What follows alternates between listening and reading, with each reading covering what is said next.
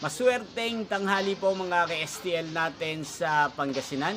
Narito na po ang mga numero nanalo sa STL Pangasinan ngayong tanghaling ito, July 28, 2026, 12 p.m. First draw result, yan.